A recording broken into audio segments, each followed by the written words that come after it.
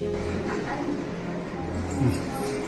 Sir, मी चंचल वासुदेव बोरसे, जिल्हा परिषद model school तजवाडे, तालुका मालेगाव, जिल्हा नाशिक, इयत्ता 7वीची विद्यार्थिनी. ज्ञानयात्री या उपक्रमांतर्गत आज आम्ही तजवाडे शाळेतील विद्यार्थी नाशिक येथे आलेलो आहोत. आम्हाला तुमच्या जीवनातील काही प्रसंग असतील ते आम्हाला जाणून घ्यायचे आहेत. तर मला तुमच्याशी मुलाखत घ्यायची, तुम्ही परवानगी देणार का? हो हो हो. धन्यवाद सर.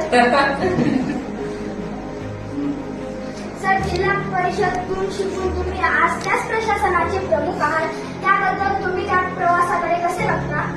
खूप छान होतो. जिल्हा परिषदेत शिकल्यामुळे जो आपल्याला कॉन्फिडन्स येतो त्याचा फायदा आपल्याला पूर्ण आयुष्यात असतो. तसा मला अभ्यास करताना पण झाला.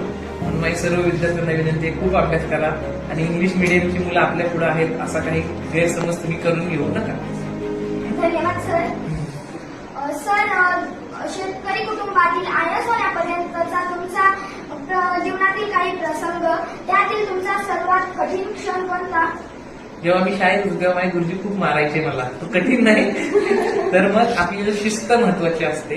कठीण प्रसंग येत राहतात. कधी कधी परीक्षा आपण पास नाही होत, नापास होत जातो, पण आपण जिद्द सोडायची नसते.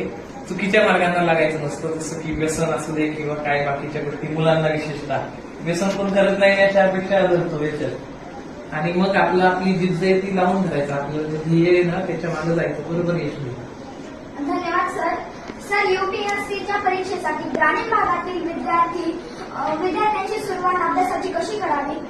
पहिली तुम्ही 10वी व्यवस्थित करा. तुमचं जे ग्रॅज्युएशन आहे ते व्यवस्थित अभ्यासानं करा. इंग्लिश, सायन्स, मॅथमॅटिक्सवर पूर्ण फोकस करा. त्यानंतर ग्रॅज्युएशन नंतर ही परीक्षा द्यायची असते. आता सध्या तुम्ही जो आपला अभ्यास रेग्युलर आहे तोच व्यवस्थित करा.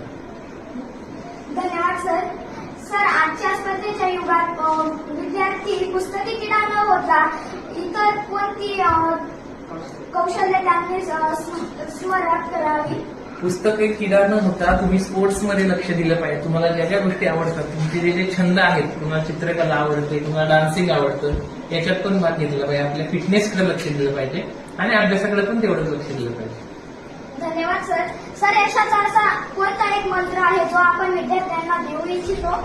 यशाचा हाच मंत्र की आपली जिद्द आणि आपलं ध्येय कधीच सोडायचं नाही. काही जरी अडचणी आल्या तरी ध्येयापासून दूर नाही जायचं. यश आपोआप भेटतं.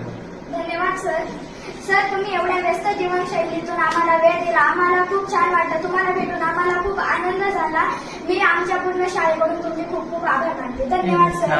चला, खूप खूप शुभेच्छा. तुझ्या पण खूप खूप शुभेच्छा. या फोटोमध्ये या